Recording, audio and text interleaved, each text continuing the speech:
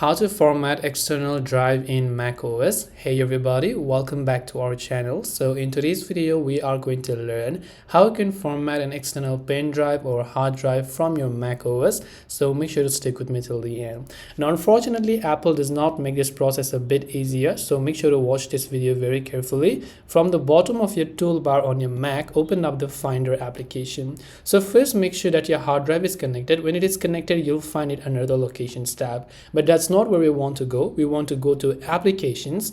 From Applications, look for the option called Utilities. From Utilities, go to the option called Disk Utility.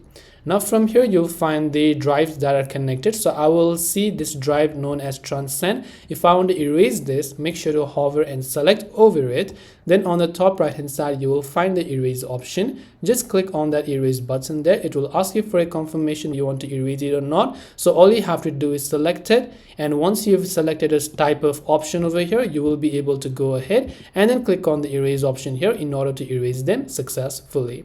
This way you will be able to format your external hard drive on your macOS. I hope that this video helped you. If you have got any more questions, then feel free to leave them down. Thank you for watching and see you soon in the next video.